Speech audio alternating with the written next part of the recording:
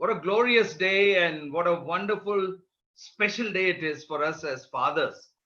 I know there are a lot of fathers around here, and Jigu, of course, is a father to so many children. How wonderful, isn't it? And even as we consider this morning our roles as fathers, I think you would all agree with me that there can't be anything better than the privilege of being a father. Also, because here is an opportunity for us to truly reflect the father heart of God to our children. And therefore, the message that the Lord has given me today has some both loving and kind words, but also, I think, some admonitions for fathers. Because I know we have lots of young fathers here, and we do believe that the Lord is speaking to us today. So I'm going to ask Kamni to read from scripture from 1 Samuel chapter 2, verses 12 to 17, and Hebrews chapter 12, verses 5 to 11. Go ahead, Kamni. First Samuel chapter 2, verses 12 to 17. Eli's sons were wicked men. They had no regard for the Lord. Now it was the practice of the priests with the people that whenever anyone offered a sacrifice, and while the meat was being boiled, the servant of the priest would come with a three-pronged fork in his hand. He would plunge it into the pan or kettle or cauldron or pot, and then the priest would take for himself whatever the fork brought up. This is how they treated all the Israelites who came to Shiloh. But when, before the fat was burned, the servant of the priest would come and say to the man who was sacrificing, "Give the priest some meat to roast." He won't accept boiled meat from you, but only raw. If the man said to him, "Let the fat be burned first, and then take whatever you want," the servant would then answer, "No, hand it over now.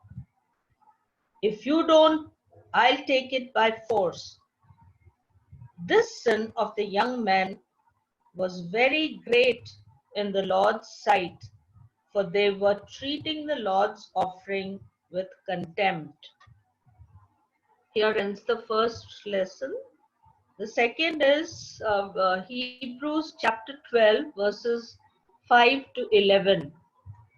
And you have forgotten that word of encouragement that addresses you as sons. My son, do not make light of the Lord's discipline, and do not lose heart when he rebukes you, because the Lord disciplines those who loves, and he punishes everyone he accepts as a son. Endure hardship as discipline. God is treating you as sons. For what son is not disciplined by his father? If you are not disciplined, and everyone undergoes discipline, then you are illegitimate children and not true sons. Moreover, we have all had human fathers who disciplined us, and we respected them for it. How much more should we submit to the Father of our spirits and live? Our fathers disciplined us for a little while as they thought best, but God disciplines for our good, that we may share in his holiness. No discipline seems pleasant at the time, but painful. Later on, however, it produces a harvest of righteousness and peace for those who have been trained by it. Here ends the second reading. Let's just pause for a moment of prayer before we start. Heavenly Father, we thank you, Lord, that even as we address you as Father, We recognize that today is a day that we dedicate to honor fathers because we honor you first of all. Thank you that we can pick up our role as fathers. And I speak on behalf of the fathers here and would be fathers of the future, that Lord, you give us through your word such a brilliant portrait of what it is to be a true father. And so, Lord, even as we dwell on your scripture this morning, give us your wisdom, Lord. Give us important insights that will help us through the year as we fulfill our roles as fathers. In Jesus' name we pray. Amen. Amen. So, from the Old Testament lesson that Kamni read for us, we want to take a look and consider the life of Eli. Why Eli? Because Eli gives us a wonderful picture of how not to be a godly father. And just look at, if you look at the words in 1 Samuel chapter 4, verses 21 to 22, it perhaps records one of the saddest words that we will ever read in the Bible. The glory has departed from Israel. The glory has departed from Israel. Whose are these words? These last words are of a dying woman, the daughter-in-law of Eli, the high priest of Israel. And this was a precise description of the plight of an entire nation. As tragic as it was, the word of God shows that this was a disaster that could have been prevented if not for a man who failed as a father. Yeah, the role of Eli, the fact that he did not play his role as a father impacted the whole nation, impacted God's relationship with a whole nation. The glory has departed from Israel. Eli was the name of that man, that father, and he gives us a model of how not to be a godly father. Now, Eli might have been a very good priest. He might have done all his duties, his priestly duties, according to the Torah. He probably did that very well. And many of us do what God has entrusted to us in the other duties.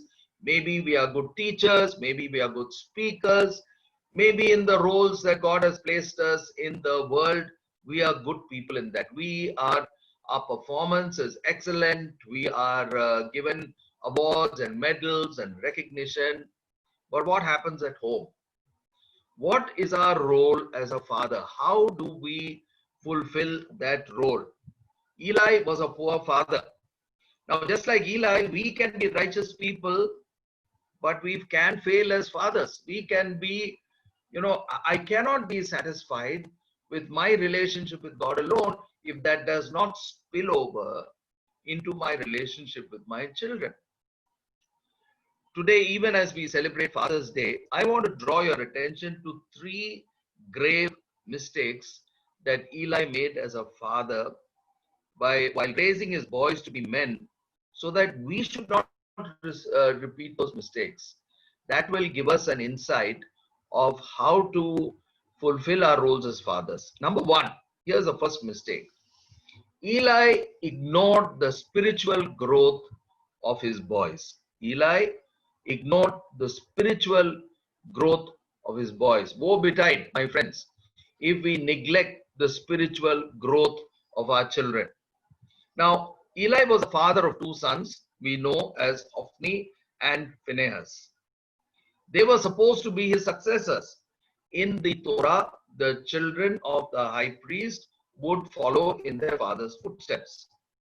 Shockingly, though, in 1 Samuel 2:12, the Bible, and this is the NASB version, says that both of them were worthless men. They were worthless men because they did not know the Lord. How can this be?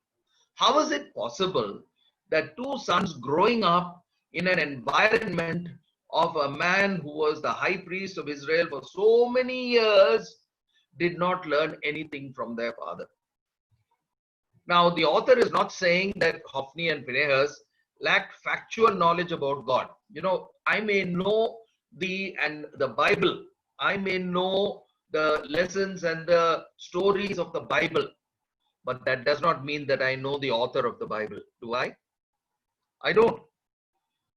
He is indicating a much worse spiritual condition, for he is revealing to us that Eli's sons had no regard for the Lord.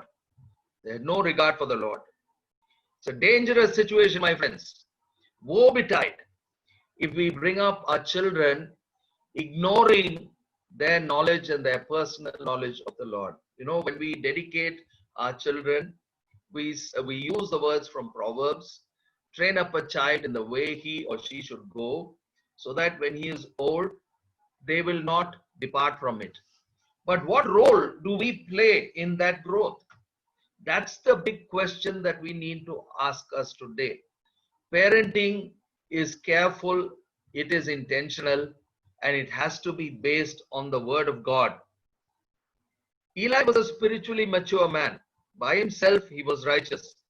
But the wicked lifestyle of Hophni and Phinehas indicate that Eli had neglected the spiritual growth of his sons when they were children. He must have believed that the boys would inherit godliness because they were born and grew up in God's house. Just because I'm a pastor, just because I'm a Bible teacher, just because I'm a missionary and evangelist, does not mean that my children will grow up to be like me if I don't instruct them in the ways of the Lord. He was wrong. And we can be like Eli sometimes. We put so much of importance on the physical growth of our children. They should get good nutrition.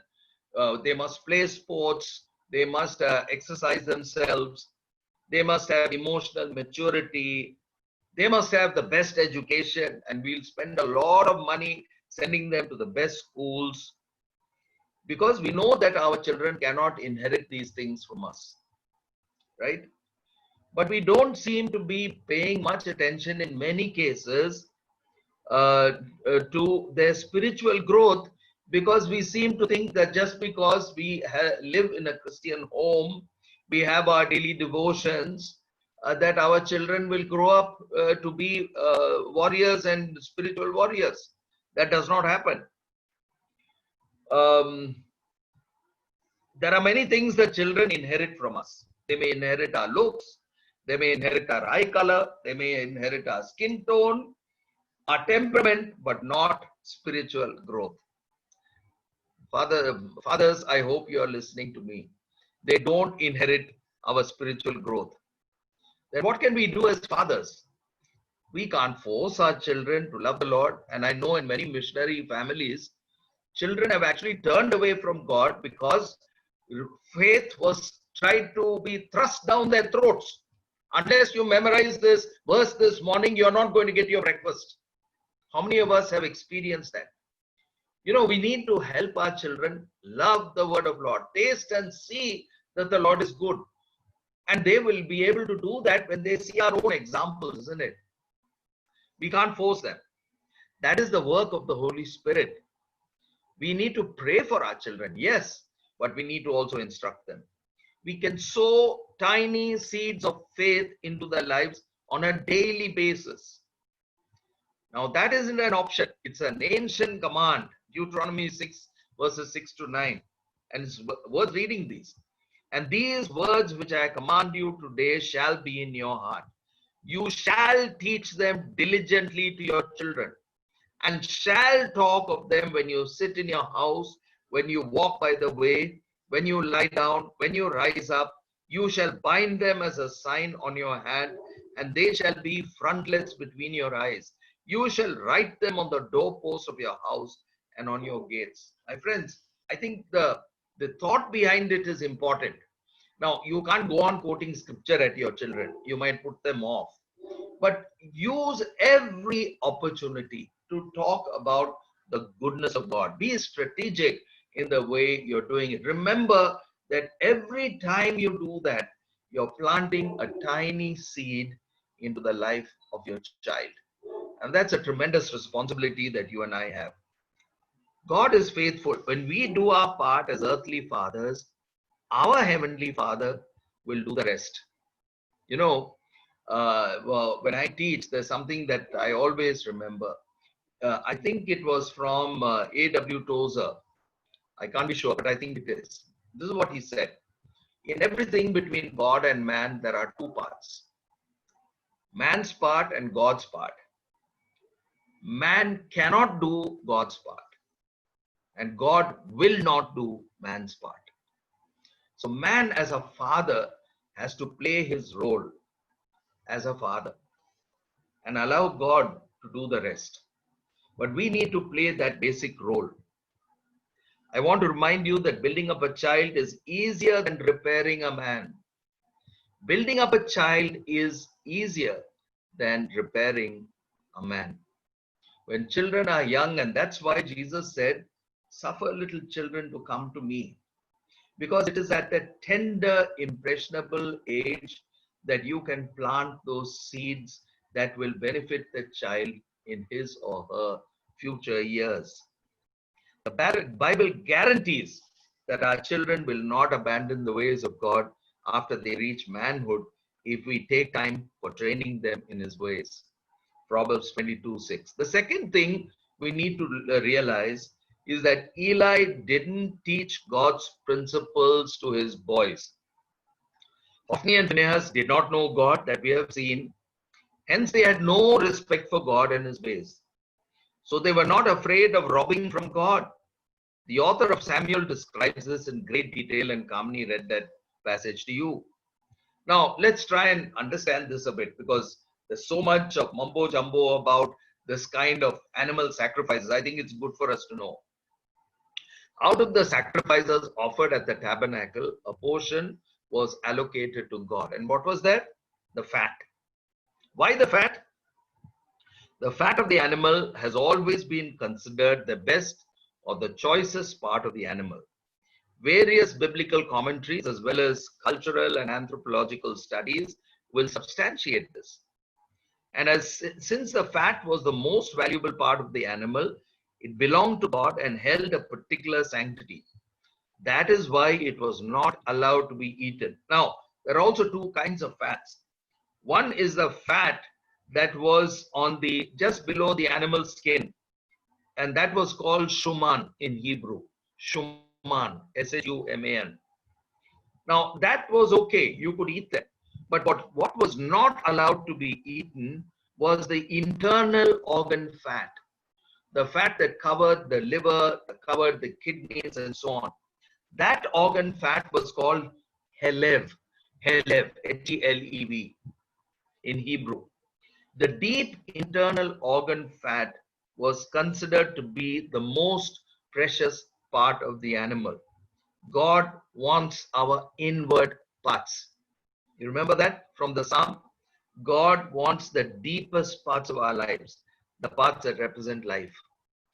One part was allocated to the priest, breast and shoulders, while the remaining portion was given back to the person that brought the sacrifice. That was the tradition.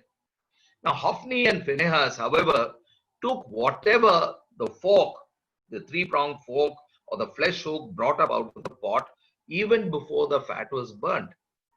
And as I said, the fat is the finest portion. So why did they steal the raw meat? Perhaps they wanted to sell it in the market.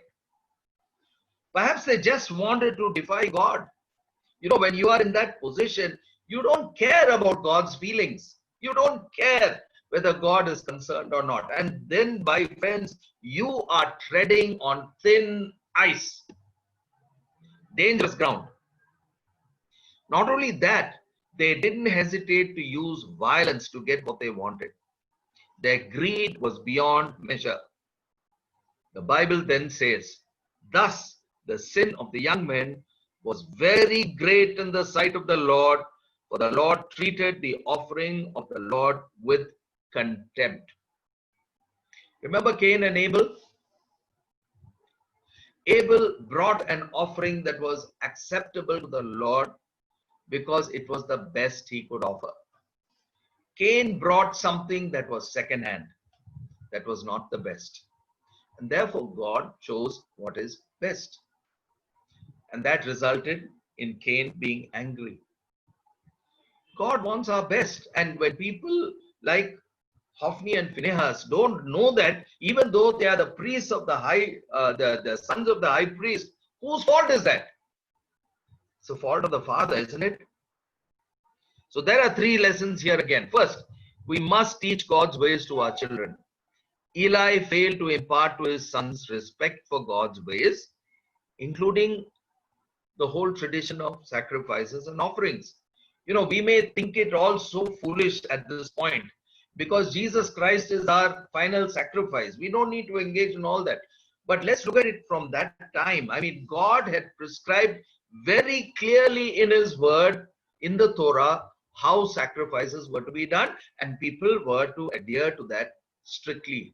The issue is one of obedience, because that is how you honor God. Hophni and Phinehas did not know what it was to honor God. And therefore, the man of God brings the word of the Lord to Eli in 1 Samuel chapter 2, verse 29. Why do you honor your sons more than me? Why do you honor your sons more than me? God forbid that people will come and tell us as fathers, do you honor your children more than you honor God? The second lesson, no one can play the fool with God, for he will judge both the heathen and his own people. He will judge his house first. Remember what it says in 1 Peter 4:7? It is time for judgment to begin at the household of God. And remember, the household of God, which here represents the church, begins with the individual and then the family. The family is part of the household of God. If the family does not respect and honor God, judgment will fall on that family. What will be the outcome for those who don't obey the gospel? The third lesson we learn is that we live to serve others, not indulge ourselves. We shouldn't abuse God-given privileges for our personal gain. And so many of our mission leaders, sadly, we see this happening. They think it is their birthright. And it becomes a kind of, what shall I say, dynasty almost. Nobody has rights to the leadership of the church or leadership of the ministry. It passes on from father to son, even though the son does not have the vision that God gave the father. And this is called just aggrandizement. You are just trying to exploit the situation just because you're the son of the father. Destruction will fall upon everyone that does. The third important main lesson we learn is Eli tolerated his son's immoral behavior. Remember, sexual sin is an anathema to God. Eli's boys were guilty of sexually immoral behavior. They had sexual relations with the women who assembled at the door of the tabernacle, women who were committed to serving at the tabernacle. Now, this is exploitation. Those women were there to serve. They cannot be sexually exploited. And this is what happens, sadly, in our churches and in our religious places, where women are being exploited because they are weaker and they come to us for help. And we use that as an occasion to exploit them. But these boys were really terrible. Eli didn't do anything about it except for a feeble rebuke. Why do you do this? Some may argue that Hophni and Phinehas were both beyond the age of physical discipline or correction. Well, Eli had an option. He could have handed them over to the community, with the leadership of the community, and there was provision for that in the law to be judged. Leviticus 20 verse 10. Or at least excommunicate them and stop the disgusting practices happening right under his nose. He didn't do that. He didn't do that. And we are not certain why. It's possible that Eli loved his children too much to punish them. That was his weakness. And in this, there are three lessons for modern day fathers. First, we cannot love our children too much that we will hold back punishment. We cannot love our children too much that we hold back punishment. If we do, the Bible says we actually hate them. We are their enemies. Proverbs 13:24 tells us, those who spare the rod of discipline hate their children. Those who love their children care enough to discipline them. We discipline our children because we love. We don't do it out of hatred. We don't do it out of anger. Sometimes the biggest sorrow we have is to punish our children, but we do it for their sakes. As fathers, our role model is God the Father Himself. That's the beauty of celebrating Father's Day. Not only on this day, but every moment of our lives. Remember, as Christian fathers, we reflect the Father heart of God. Let's look at what the writer to the Hebrews says, and Kamini had read that earlier. Hebrews 12:10. God disciplines us for our good. Remember that we are all being shaped into His likeness, and that requires us to be disciplined from time to time. Why? That we may share in His holiness. Hebrews 12:11 tells us, no discipline seems pleasant at that time. It seems painful. When my father applied the rod of correction to my backside, it was painful. I hated it. But he was doing it. Why? Because later on it produces a harvest of righteousness and peace for those who've been trained by it. And I'm eternally thankful to my father for that. I'm eternally thankful to my father for that. But, and here's the big but. Fathers, in your enthusiasm to discipline, and I see this with regards and with due respect to many of our army parents here, that we treat our children like our soldiers in our regiments. Please don't do that. They are your children. Don't nag them. Don't get after them. Ephesians 6:4 tells us in the New Living Translation, fathers, do not provoke your children to anger by the way you treat them. Rather, bring them up with discipline and instruction that comes from the Lord. Again, from Colossians 3:21, and I'm reading from a translation called the Expanded Bible, very much like the Amplified Version. Fathers, do not nag or aggravate or exasperate or provoke your children. If you are too hard to please, they may want to stop trying, they may become discouraged, and they may lose heart. Do you want that to happen with our children? We don't. And especially as they grow up, they need their space. Haven't you heard this cry from our children as they grow up? Give me space. Respect their autonomy.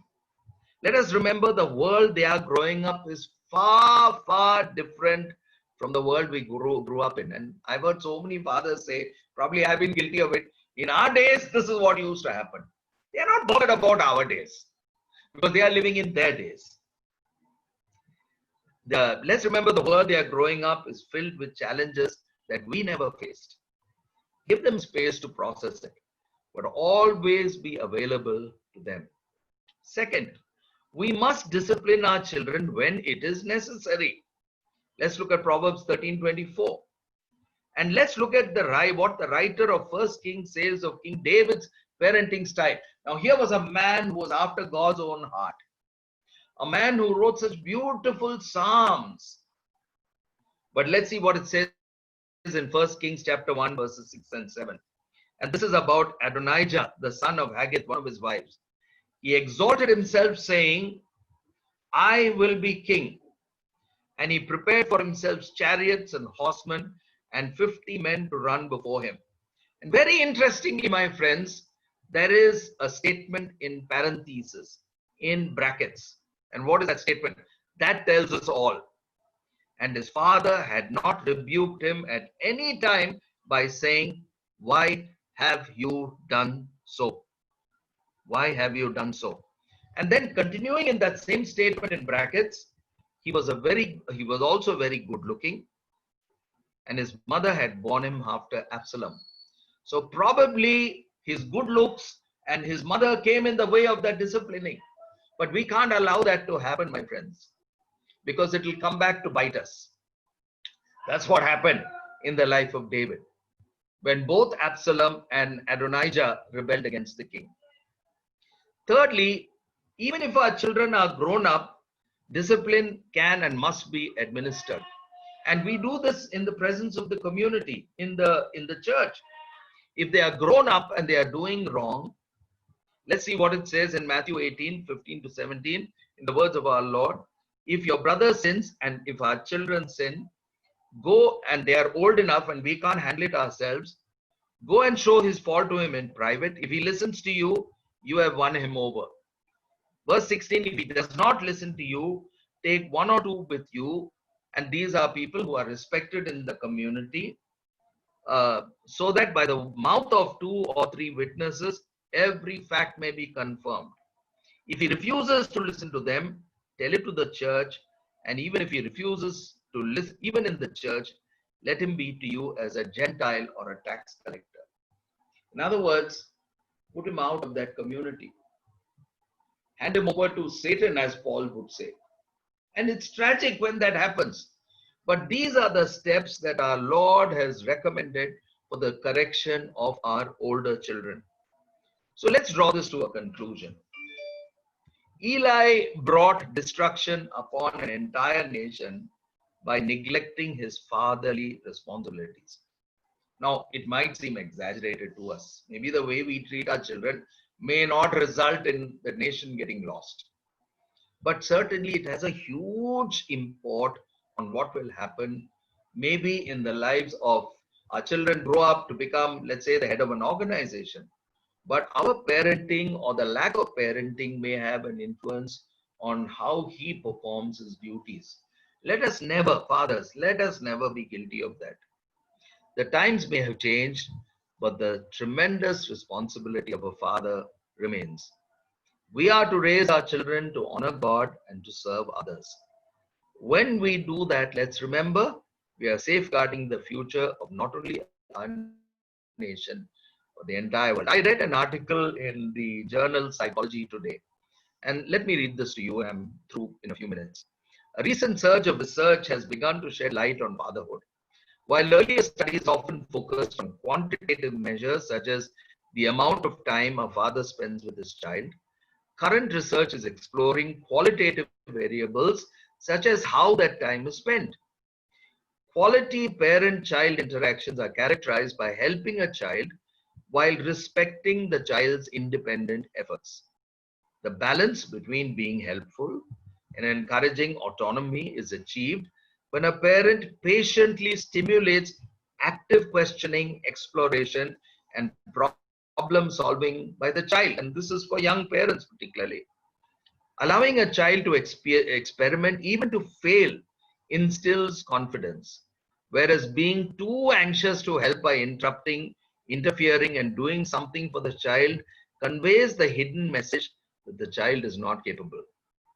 The child grows in self-esteem when feelings of competence are based on achievements the child can take credit for. Such successes are possible when a parent allows a child to tackle tasks just within their ability and doesn't set the child up for failure by imposing challenges beyond their skills or developmental readiness. And often this is the problem, isn't it? We set the bar so high because that is our standard. And we want children to achieve that standard. And we are never satisfied. We can never be satisfied because our standards are always higher than what that child was programmed to achieve.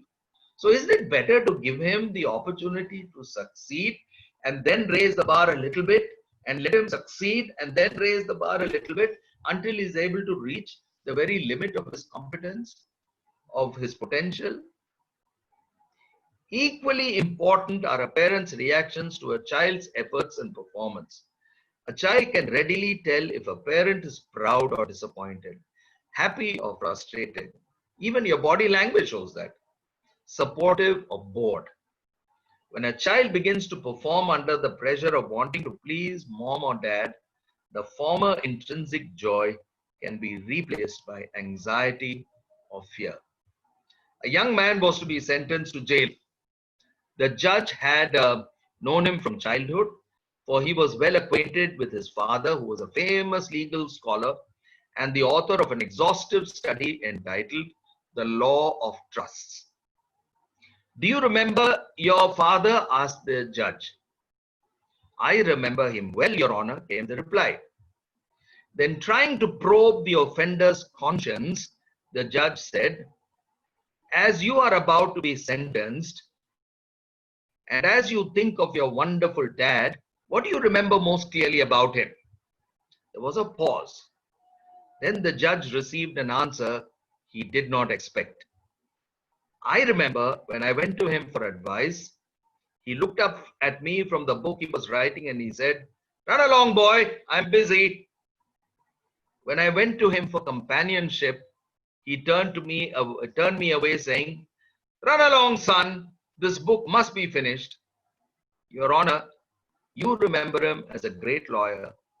I remember him as a lost friend. The judge muttered to himself, alas, finished the book, but lost the boy. In an interview with the TV actor Robert De Niro, one of my favorite actors, explained that he knew that his father was proud of him, even if his dad never told him in those words. And how did Robert De Niro know that? He discovered that his father had written in his private journal, thank you, God, for Bobby is turning out well. Thank you, God, for Bobby is turning out well. Fathers, God bless you and help you grow in that role that God has appointed you to. May you imitate the Father. He stands as a role model for us. Let's pray. Loving Father, we thank you, Lord, for reminding us today that whenever we have to perform, and we have to perform the role of Father, even as we have our sons and daughters, Lord, we look to you. We look to you for guidance because the pressures in this world and the situation in this world are so difficult, Lord. When we seem to think we have it, it slips out of our grasp. Lord, give us wisdom. You told us if anyone needs wisdom, you have only to ask. Therefore, we ask, Lord, give us wisdom in the way we bring up our children so that they will be children who will become role models as fathers when they become fathers, or mothers when they become mothers. So we thank you and bless you and thank you for this time and thank you for speaking to us, Holy Spirit. See these learnings in our hearts this morning. In Jesus' name we pray. Amen. Amen.